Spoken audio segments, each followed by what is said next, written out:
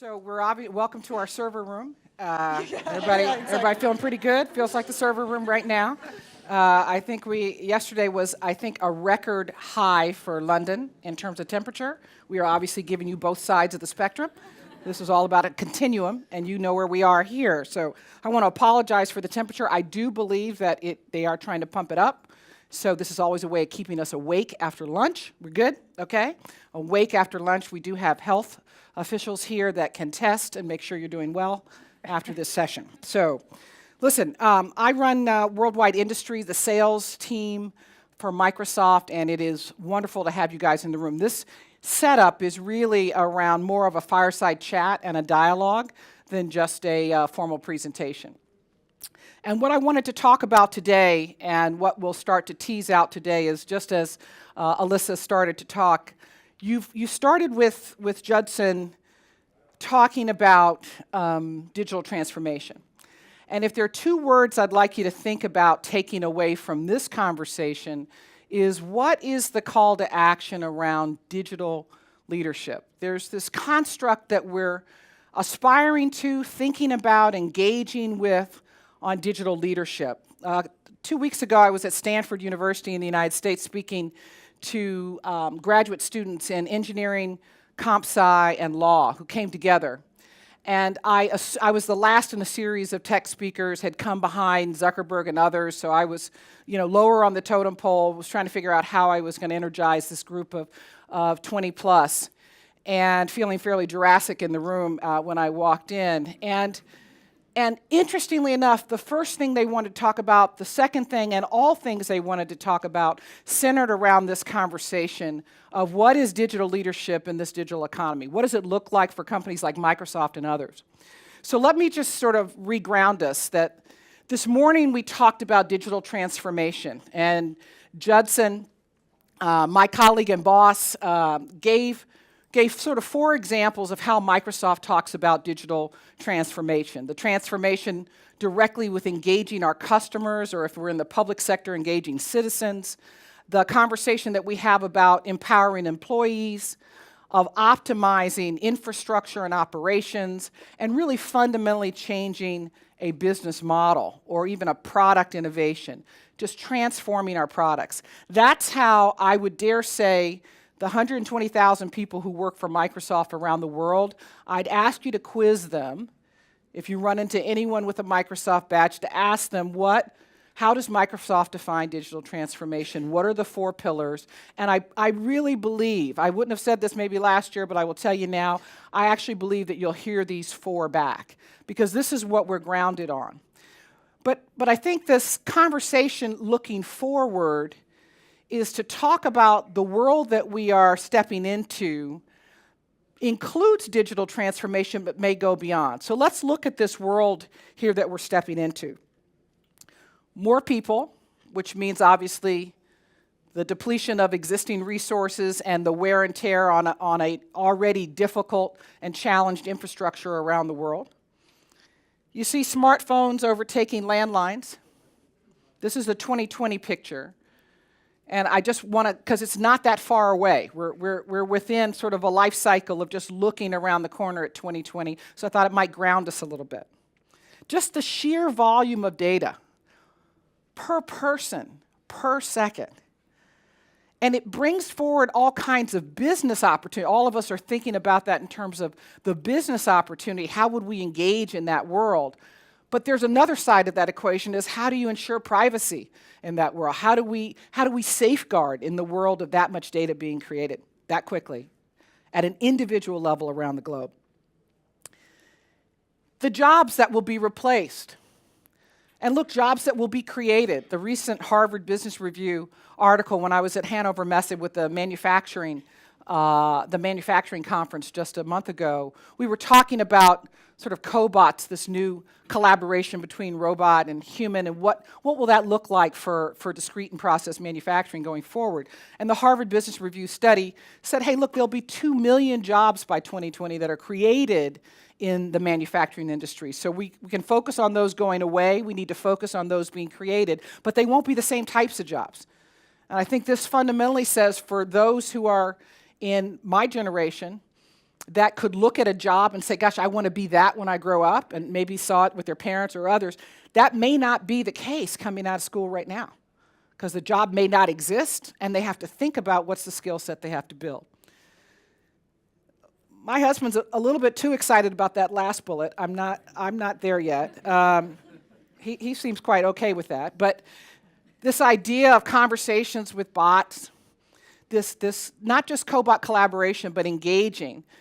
And when people say, gosh, that couldn't be the case, we can talk about just what happens in the consumer world at home, what you're talking to. When you're talking to your phone, you're talking to your computer. This will change the dynamic of what the next generation anticipates and expects in terms of their consumer experience as well as their experience in the enterprise. So there is a magnitude and a pace of change here when we think we're sitting here now in June 2017 and we're looking around the corner at a new world order that's going to put a stress on even the transformations that we have happening in this room across every industry. So this is an interesting quote, and let me ground it for you and why it's important here. In the midst of all this transformation, there are a number of changes happening in the world, as you know. Last year, I had the opportunity to represent Microsoft at the call of then President Obama and Vice President Biden in the US on a call for action to all the technology companies to address the refugee crisis. And we all came to the table and circled around the table to talk about what we were going to do for this refugee situation. In the matter of weeks, we were able to assemble some of the top tech leaders to talk about this transformation. It was a very, very meaningful moment, quite frankly, one that I will never forget, of all of the tech companies basically making various forms of contribution, if you will. Tangible, financial, non-financial. For us, Skype translator to help refugees with the language challenge, digital literacy, all different types. But I will tell you what was most impactful was in getting ready for that, I asked our team to just bring some refugee women together that I could engage with. We brought 150 women together from refugee camps and in one of our Microsoft incubators in New York. And the panel of women made a very strong call to action to our company. And that was the quote that stayed with me, which is, as much as I'm on a day-to-day basis, and you all day-to-day basis dealing with industry, dealing with governments, dealing with healthcare companies that are trying to transform, here are women who are still struggling for identity in a refugee camp, and their first statement to us was, don't teach me to sew, teach me to code. I want to be part of the future. I start to think about the reach and access of technology and what's needed, and it fundamentally transformed my mindset about what we're doing in this space called digital transformation. It's what drives me and others at Microsoft to start to think about a new Venn diagram, an Uber diagram that highlights something called digital leadership. The overlap of transformation of industries, of enterprises, whether they be large enterprises or small, innovation, but that there's something more than just transformation afoot for companies like Microsoft and, quite frankly, your companies in the room. It's a mindset that says it's not just what we do, and I grew up in a generation of what we could transform, how fast we could transform, what technologies, what were the emerging technologies, but it's also how. How do we do this? How do we do transformation in a responsible way, in a principled way, and then for whom? Who's going to be included in the transformation? Who is going to benefit from this at the end of the day? How inclusive are we in our thinking? It's in that Uber diagram, the Venn diagram, that we have this sort of call to action that Microsoft is aspiring for, and we're having this conversation with our partners, with our customers, and quite frankly, with even other stakeholders around what digital leadership looks like. Look, it's going to be difficult to do business going forward. There's great opportunities, but there's a complexity and a set of dimensions to the business in the digital world that has to take into account these other factors. And so I'm going to ask you to just stay with me as we work around this Venn diagram with some specific examples of what transformation in this context can look like. So Look, we're not the only ones in this conversation. So let me not make this a Microsoft pitch. There are technology companies around the globe that are all trying to come at this conversation of digital leadership. How do we do that? If we look, IBM is very deeply addressing this conversation of cybersecurity jobs. 1.8 million shortage they see by 2020 in cybersecurity jobs. They call it new-collar jobs, and they're doing lots of training in this space. As you see, Apple, this is about their supply chain, driving renewable, sustainable criteria for members of their supply chain. As you come around Facebook and their extension, Facebook investing in India in terms of access. And look, for Microsoft, a couple of things I just wanted to highlight. Many of you may have heard about the Digital Geneva Convention that Microsoft is hosting and engaging and collaborating. If some of you may not know what the Geneva Convention was, so we put that in context. As I was at Stanford, half of them were like, oh, that's phenomenal. What is the Geneva Convention? So that was concerning. But obviously history, we're not spending enough money there. But this is really about countries around the world coming together to say what constitutes a cybercrime, what constitute the rules of law, the new rules of law in this generation and in this technology generation, in this digital economy. And then just released, I think it was earlier this week, you might have seen it in the press, I know it was in BBC and Bloomberg, just recently, some of the work we're doing with Accenture and Avanade on ID 2020. I don't know, how many of you have heard of ID 2020? This is blockchain being used to try to create identity for the 23 million refugees in camps right now. And this is about every time they get a refugee service getting a stamp, and this collection of stamps becoming their way of documenting their identity.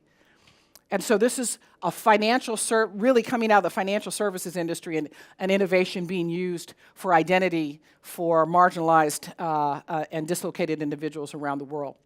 So this is where we start to get examples of and images of what digital leadership can and should look like. And as I said, Microsoft is part of a community where this is important. But I said I'd break it down, so let me just do it a couple of ways, and then I'd like to bring some guests up and talk a little bit, give you some real examples. So I mentioned those sort of four streams or four pillars of digital transformation that Judson already highlighted this morning with real customer examples. So in every transformation that we do, there is some implication that it has for people and enterprises that we touch, and ways that we can engage where we think with a global mindset of what we can do to help, quite frankly, change the world. The digital economy that we're looking at, we've sort of assessed, and as you can see, one of the HBR reports, that digital economy has a business validity. This isn't about just doing good things. I'm not talking to the social responsibility side of the house, even though that's very important. I'm not talking to the philanthropic side of the house. I'm saying the business side of the house has a reason to engage in the digital economy. But it's interesting on the right side what business leaders are telling us. They pretty much know they're going to be disrupted. They think it's coming. They don't think they're ready. They think the business models they have are slightly obsolete. Some of you in this room may be on that right side, where, hey, I know it's coming. I think our business model is a bit stale. I heard some wonderful examples at lunch of those who just started to jump in and move in their companies that had some had great profit margins, some had wonderful business models, but they knew that disruption was coming and they started to move directly. But let me give you an example of a disruptive model that's also leaning in towards digital leadership. And that example would be, for us, one of the examples, is the work we do at Temenos. I know you know Temenos, a Swiss financial institution, serves more than 125 countries across the world, used by 38 of the top 50 banks worldwide. They have a mobile banking microfinance solution run on Azure, and they came to us to talk about how do we expand. And it's interesting where they chose to expand. Now, this was a very, very profitable, well-run, solid institution that came to us and said, I want to expand to reach new markets, particularly those in rural areas that can't be served. That was their decision as a company. And their engagement with Microsoft was, give me the platform that does that in a secure, robust, scalable, expandable way. But that's where I'm going. I'm going to that market. Yes, it's a good market for us, but it also will do some good things and create some capability that doesn't exist and some economic opportunity in parts of the world. So let me just quickly give you a sense of their thinking on that. I think the video should. Right now, there are 2 billion people who don't have access to basic banking, but that is changing. At Temenos, we use the Microsoft Cloud to provide banking to the millions and millions of people who need it but don't have access to it. With the Microsoft Cloud, we can enable a banker to travel to the most remote locations with nothing but a phone and a tablet. More and more people are getting access to credit. Everywhere where there's a phone, you have a bank. So now a person is able to start a business and generate an income and employ somebody for the first time. And you can actually see the success. It's transforming our world. The Microsoft Cloud helped us to bring banking to 10 million people in just 2 years. That's potentially 10 million new businesses. Technology is about breaking down barriers, removing limitations so that every person has access to opportunity. A small amount of money can change people's lives. It's very, very powerful. Okay, quick quiz. How many people were they able to reach in 2 years? 10 million. Sound like pretty good numbers? Pretty good ROI from my perspective. 10 million, not only new customers, but I love how they talk about it, 10 million new enterprises, potential new entrepreneurs. So that's when I'm talking about this conversation that leans into beyond the transformation. What does responsible digital transformation look like? And so as we go to sort of that next circle, this is where Microsoft spends a lot of time on what we call principled technology. This idea of having principles that drive what kind of company you want to be. And probably, I'm 27 months into Microsoft, and I will tell you, having worked both as a customer, being a customer of Microsoft previously, as a partner of Microsoft, and quite frankly, as a competitor to Microsoft, this particular aspect is one that's blown me away in my 27 months, which is how principled we are as a company. And so this idea of principles around trust, because we realize people will not use technology they don't trust. We have trust assets, but you'll hear our CEO talk about, and all of our senior leaders talk about these ideas of principled technology, because you have to have the principle in place before the challenge comes, before the privacy challenge comes, before the cross-border data flow challenge comes, before the compliance challenge comes. You have to have principles. And these are the principles that drive Microsoft around a trusted and responsible engagement that we want to have. In fact, Satya actually says it best. Let me just let him say it in his words for a minute. Our mission to empower every person and organization on the planet to achieve more. Trust is at the core of this. And we're taking a principled approach with strong commitments to make sure that our customers can trust digital technology they use. When it comes to privacy, we will ensure your data is private and is under your control. When it comes to compliance, we will manage your data in accordance with the law of the land. We will be transparent about the collection and the uses of data and ensure that all your data is secure. These are the 4 strong commitments that we will make in everything that we do. Privacy, compliance, security, transparency. It is absolutely drilled to every person that works at Microsoft. What are our principles around trust? And this is where I think it's important to talk about what this means in this environment. If the data holds true, 3 out of 4 of you in this room will be hacked this year. If the data holds true. If we just do the math, 3 out of 4. This is the cyber experience that companies like Microsoft get contacted when these occur, these large incidents occur around the world. But as you know, this is probably one of the #1 concerns that we hear from our CIOs, as well as our CEOs and CXOs. So how we're going to deal with cyber, the fact that we use principles around who owns the data, how we feel about privacy, how we feel about transparency, what we do on certifications. This is part of the Microsoft story. Similarly, around AI, we are pushing and leaning into AI, to artificial intelligence, in so many ways, whether it be in mixed reality with our HoloLens, our cognitive services that we have, our bot frameworks. And yet, when you go into AI, there are so many conversations about how far are you going to go with AI? What do those principles look like? These are the types of principles we use as we engage in AI. Our belief is that there is a human dimension and there is a bot, if you will, or digital dimension that works complementary. And in fact, one will never be optimized without the other. But you have to have principles going in because we are going deep into this space. If you were to visit Los Angeles, if you were to go to the US, and you had a question when you got into Los Angeles, you would call Chip, which is the City Hall internet personality sitting in Los Angeles. It is a bot framework. It is a bot that is available 24/7. That is exactly how you find out what's happening in Los Angeles as a citizen, is through Chip. And I know there are so many other examples.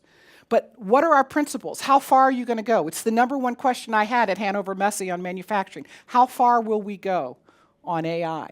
And these are the kinds of principles that we put in place initially.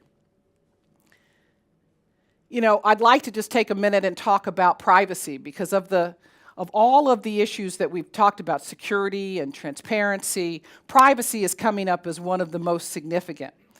And it's coming up in this region, probably you're very familiar with, this privacy conversation. So I'm going to have a real expert, because we're all using a 4-letter acronym that none of us actually knows what it means. If anyone has said GDPR to you, please spend a moment to ask them what it actually means, and you'll find that many of us are nascent in our understanding, so myself included. And so I wanted to bring Lisa Pete up. Lisa is a partner at Covington, right here in London.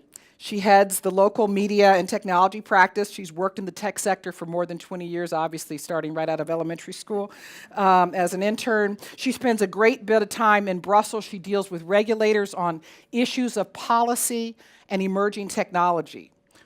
Lisa is the one who's out there trying to address the issues and some of the misconceptions that regulators have in this region, quite frankly, around technology and some of the concerns and how that shows up in even increased regulation. So Lisa's going to come and take the chair with me here. I hope I can speak, because I think I have hypothermia at this point. Yeah, I was going to say, are you able to move? Just keep moving your digits there. Keep moving. Listen, this whole GDPR, which is obviously around the general, I want to say it correctly, General Data Protection Regulation, thank you. GDPR compliance, which many of you have heard about. But you've got clients that are aware of some have this kind of concern around the corner on GDPR and what this region is doing as it relates to privacy regulation. What's top of mind for your clients right now, Lisa? Well, maybe let me start by level setting on the General Data Protection Regulation for folks who aren't familiar with it. I suspect many of you are, but in case folks aren't. It is the new European privacy framework, which is coming in May of 2018. And I'm not a big fan of hyperbole, but I will say it really is going to be a sea change for pretty much everybody in this room who touches personal data in some way. You know, we've had a data protection framework in Europe for 20 years now, a directive originally, but that was a very different beast than what we have got with the GDPR. And I think companies large and small, even the most sophisticated companies, are really struggling to come to terms with how they implement, how they comply with a regulation that's much more granular, more prescriptive, more bureaucratic than what we've had in place for the last couple of decades here. So when you talk about GDPR, what's most concerning to your clients as it relates to what's coming? There's probably a few things. One, the breadth of the definition of personal data. So when you think about personal data, it's not just my name, it's not just my home address, it's much broader than that. It's anything that anyone can use, any information anyone can use to identify me. That's personal data. So that could be an IP address, That could be financial data, that could be my medical records, could be my email address. But if you think about it conceptually, it could be a lot broader than that too. It could be a photograph of my house if somebody looks at that and says, Lisa Peets lives there, right? It could be a photograph of my dog if somebody looks at that and says, oh, that's Lisa Peets' dog, right? So getting their minds around the scope of what's personal data is probably point one. Two, top of mind is the prescriptive nature of the regulation and how to tick all the boxes you need to tick to come into compliance. The old regime under the Data Protection Directive, the 1996 regime I described, was very much principles-based. So you had to be fair in your processing. You had to be transparent about your processing of personal data with your users. You had to minimize the data that you collected and used to that which was necessary for your processing, but you could determine how you were going to comply with those rules in different ways. The GDPR takes a much more prescriptive approach, a more bureaucratic approach to compliance in order to drive greater accountability among folks. And then probably the last bit that's really focusing the mind is the requirements for greater accountability. You need to really be responsible for the data you hold, and that accountability is backed up by fairly substantial fines. I'm sure people have heard about this, but the fines under the GDPR now for certain breaches are anywhere from 2 to 4% of annual global, so not domestic, but global turnover. So we're talking about competition law level fines now for breaches of the privacy rules. So look, Microsoft has been working to be on track for the May 2018 date on our own sort of services and processes, and we've started to put that in our contractual commitments. But you've got a number of different industries here in this room. You've got business leaders that are representing some highly regulated industries and some less regulated. What do the folks in this room need to be thinking about as it relates to GDPR, or getting themselves ready for as it relates to GDPR going forward? So if I had two recommendations, they'd probably be this. One is get your arms around the personal data that you hold. Really understand your data, inventory that data. What are you collecting? Why are you collecting it? How are you using it? Who has access to it? Where is it being transferred? What processes are you using to process that data? Right? Just understanding the nature of your data processing. If you can do that, and that's a heavy lift, if you can do that, you're 70% of the way to compliance, because often for organizations, that's the most difficult piece. Once you've done that, it's about putting the policies in place, the processes in place to be compliant with the GDPR, but you've done the heaviest lift. The second recommendation I would make would be around security. Like the directive before it, the GDPR also requires that you have technical and organizational measures in place to protect the data that you hold. But it also introduces a cross-industry breach notification requirement, right? So if you have a security breach in certain instances, you're going to need to notify that breach to the regulator. In some cases, you're going to need to notify that data breach to your customers. So we're not in a world anymore where you can kind of sweep that under the rug and hope nobody notices. And again, breaches are going to be backed by those substantial fines that I referred to before. So being sure you've got really robust physical, organizational security measures, technical security measures in place is really important. You know, we had a conversation when we first met this afternoon around the position that the regulators are taking out of some lack of confidence and some fear of the technology and the emerging technologies that are coming forward. And we kind of almost contrasted Europe to the U.S. and North America. And, you know, going off script here a little bit, but I was so illuminated to understand your perspective on why and how this sort of hyper-regulation environment is occurring. And are there things that this group and or industry by industry can do to start to balance that kind of conversation right now that's going to happen, so that we make sure that the regulation is being done responsibly and obviously in a meaningful way, but not so broad-based that it drives the wrong behaviors on the business community? Yeah, that's an interesting and challenging question. With all due respect to regulators, right? They have tough jobs. Industries are moving quickly, really quickly. Even people in their own industries often don't understand the dynamic that's being driven by digital. So for regulators and policymakers to understand that is really challenging. Somebody said something over lunch today, which I thought was incredibly interesting, that in their business, they're not talking about digital transformation. They're talking about business transformation, because digital transformation really is business transformation. And I don't think policymakers and regulators have absorbed that yet. I think they see digital as something that's owned by the tech sector, and often large US multinationals, with all due respect. And when they think about regulating, that's where they see themselves as having the greatest impact. I think what they don't appreciate is really the horizontal nature of the transformation. And it's really essential that that message get communicated to policymakers, because at the end of the day, GDPR compliance falls on folks like Microsoft, but it also falls on everybody else in this room in very different ways. And I think regulators need to be brought into that conversation so they can really appreciate that when they're drafting legislation. I recently watched a TED Talk by Joy Buolamwini on bias in algorithms. I don't know if you all saw this. This is a talk about what was racial bias in facial recognition algorithms. She coined a phrase, the coded gaze, which is now getting quite a bit of press. Is this an issue that the European regulators are focused on or starting to question on algorithmic bias and algorithmic justice and equity? So this isn't a new issue in Europe. I think it's maybe crystallized in a different way here, generally around search engines. So for the last many years, the European Commission has been thinking about whether search engines are truly neutral in the results that they deliver, or whether there is some tweaking of the algorithms, in particular by Google, which is the subject of a competition investigation now, to promote their own products and services. And I think European regulators are very skeptical about the message that, hey, we can't control the algorithm. It just runs how it runs. We let it loose and it goes. I think in their view, it's very difficult to dissociate the party programming the algorithm, the data the algorithm is being trained on, from the ultimate outcome. So it is an important part of the dialogue here.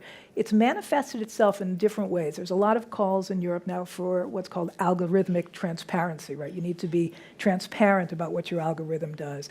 There are also calls for greater algorithmic responsibility, right? Accountability. You need to be responsible for the outcomes of your algorithm. And we're seeing some of this in the GDPR. So in the GDPR, you have an obligation, if you're engaging in automated decision-making, is the term in the regulation, to be transparent with your users about the logic of the algorithm, to explain to your users what you think the outcome of the algorithm is going to be, and to give users, in some cases, an opportunity to opt out of that. So I think that's a space to watch, and certainly I know in the UK, among MPs, they're having discussions about algorithmic bias, and likewise, European Parliament level, there's discussions. I think we're going to see more activity in that space over the next few years. So let me just wrap with a final question. As you look out over the next 3 to 5 years, any advice, not only for this group, but as we talk about whether it be algorithmic justice and inclusion or any other forms of inclusion, what do you see to be kind of coming down the pike, sort of GDPR plus, as we start talking about privacy and beyond? Maybe two things to watch. We've had a lot of activity on regulation of personal data. I think we're going to start seeing more activity on regulation of non-personal data. Right? So if you think about all the data you hold that isn't attributable to an individual, right? Business data, machine-to-machine communications data, things like that. European policymakers, and when I say Europe, I include the UK in this, at least for now, are concerned about ensuring a competitive playing field vis-a-vis data. And there's been discussion, very at abstract levels now, but I anticipate that it's going to get more concrete pretty quickly, about whether there needs to be some sort of framework for data ownership, right? Do you have rights in the non-personal data that you create, just the way you have rights in an innovation you develop from a patent perspective? So I think that's one area to watch and to think about from a company perspective. Is that something you support and would welcome? Is that something that would be problematic for your business? The other area I would flag, and this is more of a sleeper issue in Europe, is accessibility.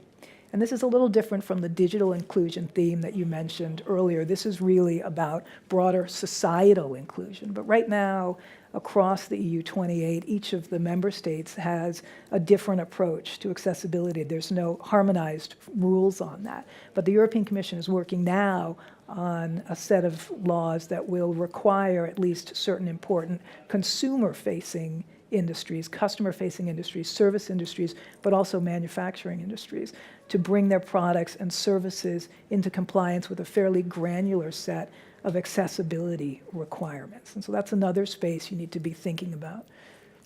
Well, thank you. Like I said, we got to bring the expert up to talk a little bit about that. Thank you, Lisa, and Happy to join do me it. in thanking Lisa for coming up.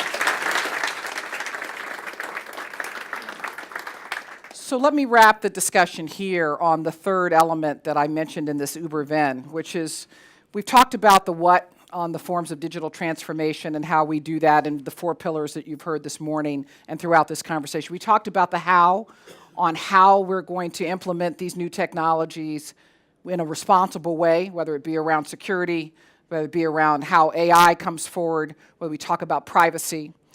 And then there's this conversation about inclusion that Lisa already alluded to, this idea of for whom, where is the benefit going to be on this digital inclusion?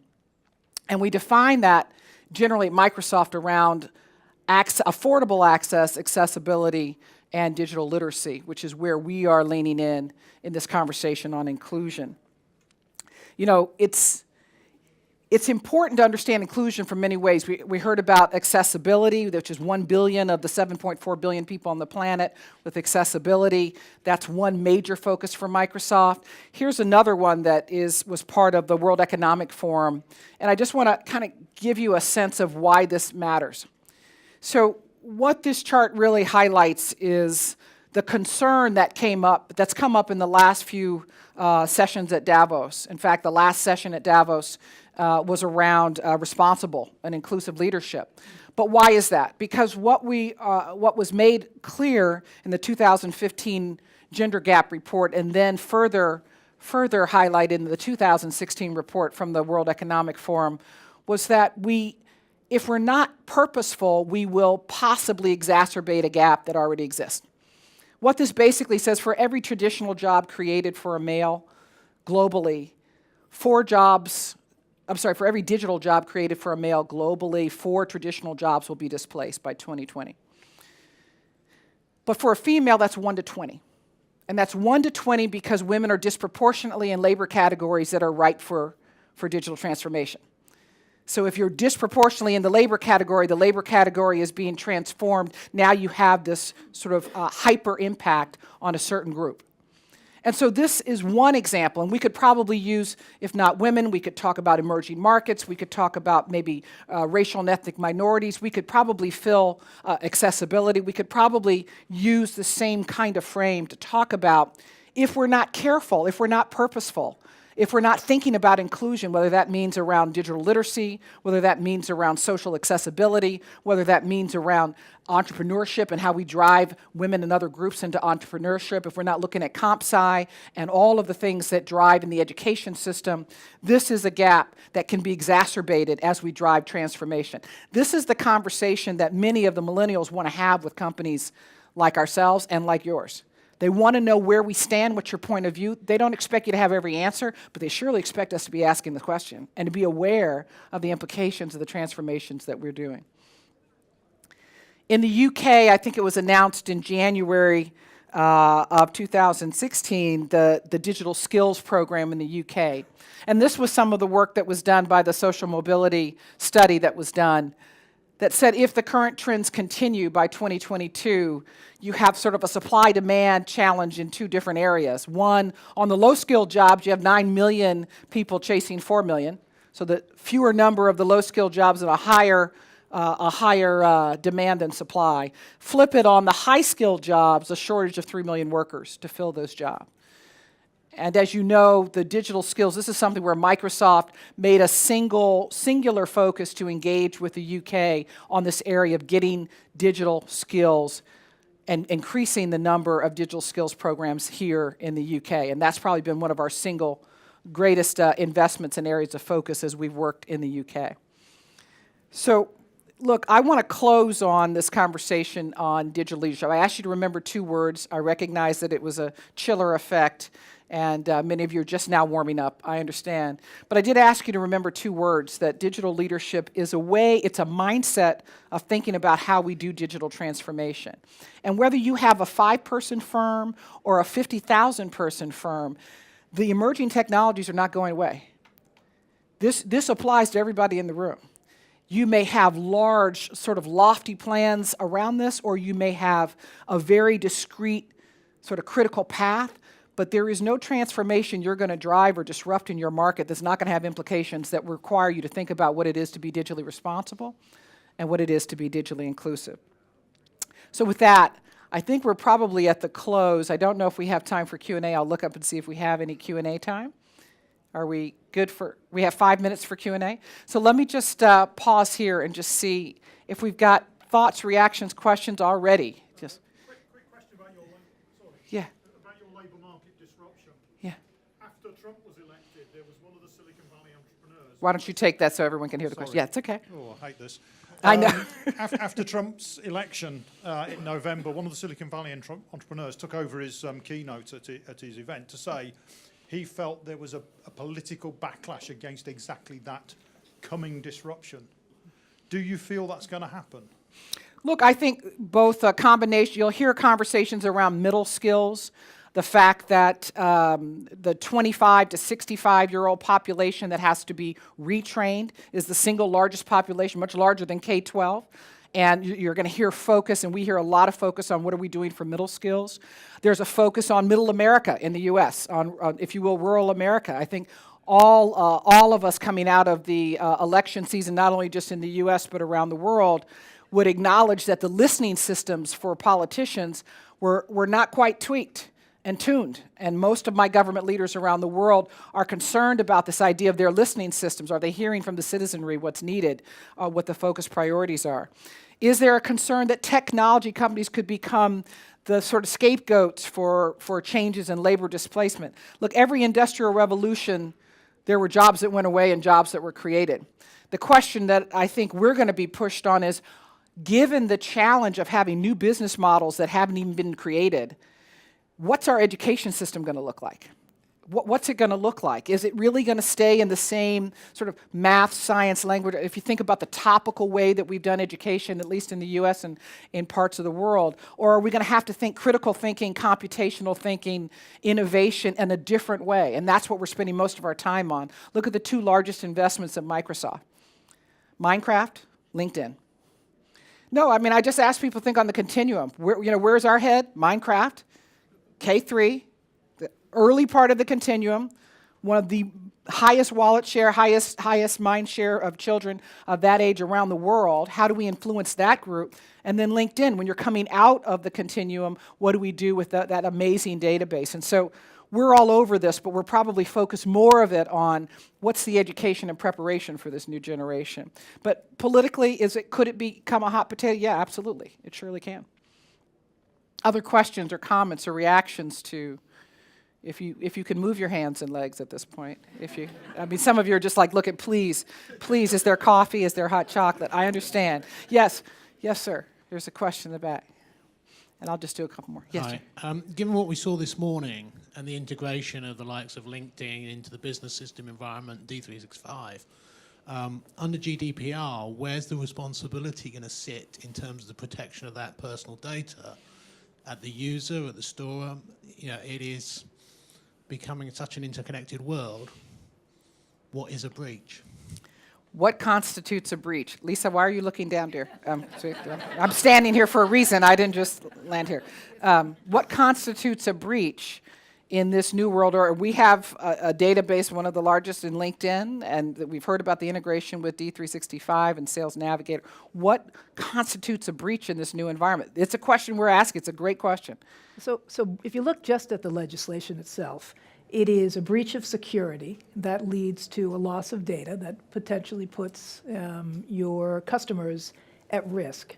I think what's most interesting about the new framework, though, is that we're moving from one where controllers, right? So, the customer, the folks like you, had primary responsibility for that, to a scenario where now processors, companies like Microsoft, are going to absorb and assume some responsibility for that as well. Processors have explicitly been brought into the GDPR, into the new regulatory framework, and they've been required to comply in different ways, but still to comply with the rules. So that's another major paradigm shift. I think the question is important because it's critical that when you're thinking about who to use to process your data, you find somebody that's really willing to make the robust commitments to compliance that you're going to need to be sure that you yourself as a company aren't exposed. Thank you. No, great question. We're pondering that. Last two. Okay, yes, ma'am.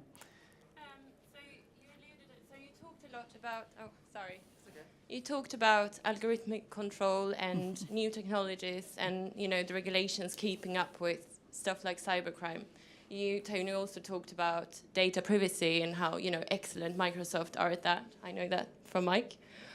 But also, in the light of the recent events in London, I know that Theresa May recently alluded to the responsibility of technology companies helping fighting, cyber and the internet being a breeding ground for certain type of crimes. So where does Microsoft sit in that kind of very difficult, balance between we protect the data, but also how do we fight and prevent this kind of breeding ground of certain type of activities or conversations happening online?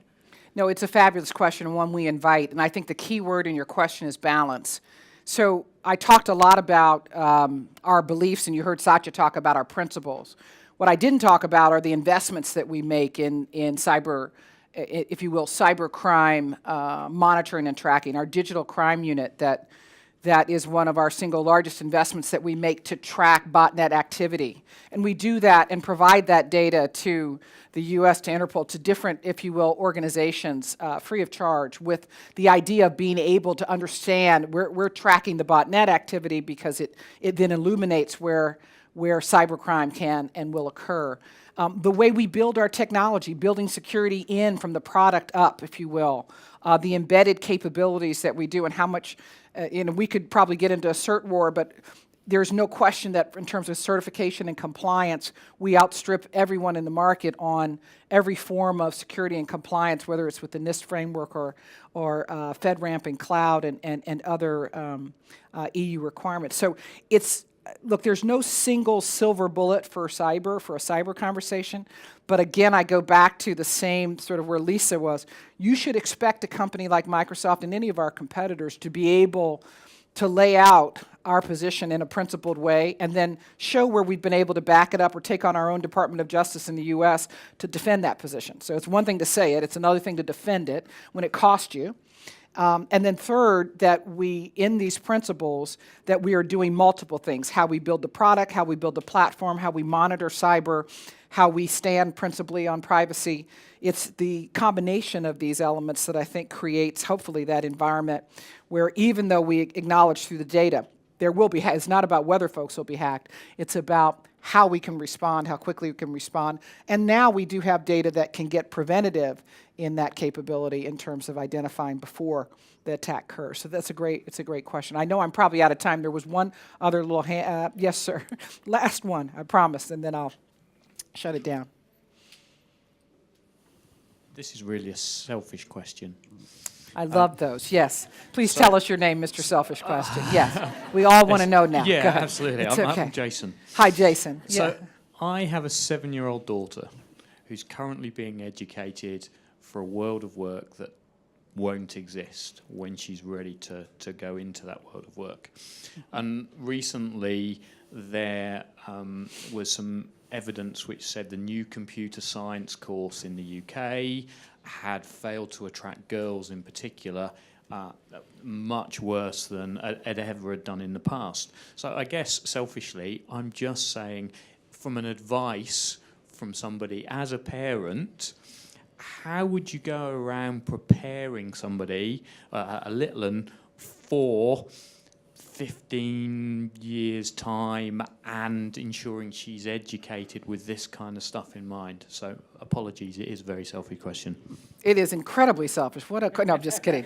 It's a phenomenal question. Is anyone not interested in educating 7-year-olds, and particularly 7-year-old girls, on being prepared? So look, we spend a lot of time in working on the PISA standards, the guidelines for what constitutes the new forms of education, the new topics that will be taught. In fact, we recently launched a data science curriculum, which is one of the highest demands that we have in trying to find really solid data scientists.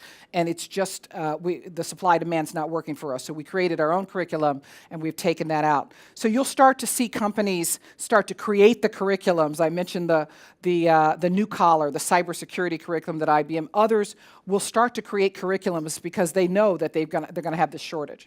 So first, be aware of the curriculums that are being created. Second, though, I would suggest to you that, still, and I say this as a former teacher and a teacher of gifted and talented students, which are generally gifted and talented parents, but I say that to say curiosity is still the #1 indicator in terms of and not just IQ standard, but in terms of progression with intellect is curiosity. And so things that drive curiosity, that enhance and that reward curiosity are always important at that age. You're sort of first grade, starting the elementary cycle. For girls in technology, we've seen the data. The US data is actually worse than here in Europe in terms of exiting comp sci and some of the STEM types of courses. So we are absolutely looking at where the exit ramps are. We know where they are. They're generally around 3rd grade, 6th grade, 8th grade, sophomore year of college. We know where the exit ramps are. So it's about getting ahead of that exit ramp and addressing some of the concerns or the reactions to STEM for some of the girls. But the biggest thing that I would say is every industry here is becoming a software company. Almost every industry is creating some form. So as much as I think it's important to track comp sci, if someone's interested in financial services, they're going to go into fintech at some level because that is driving and disrupting financial services.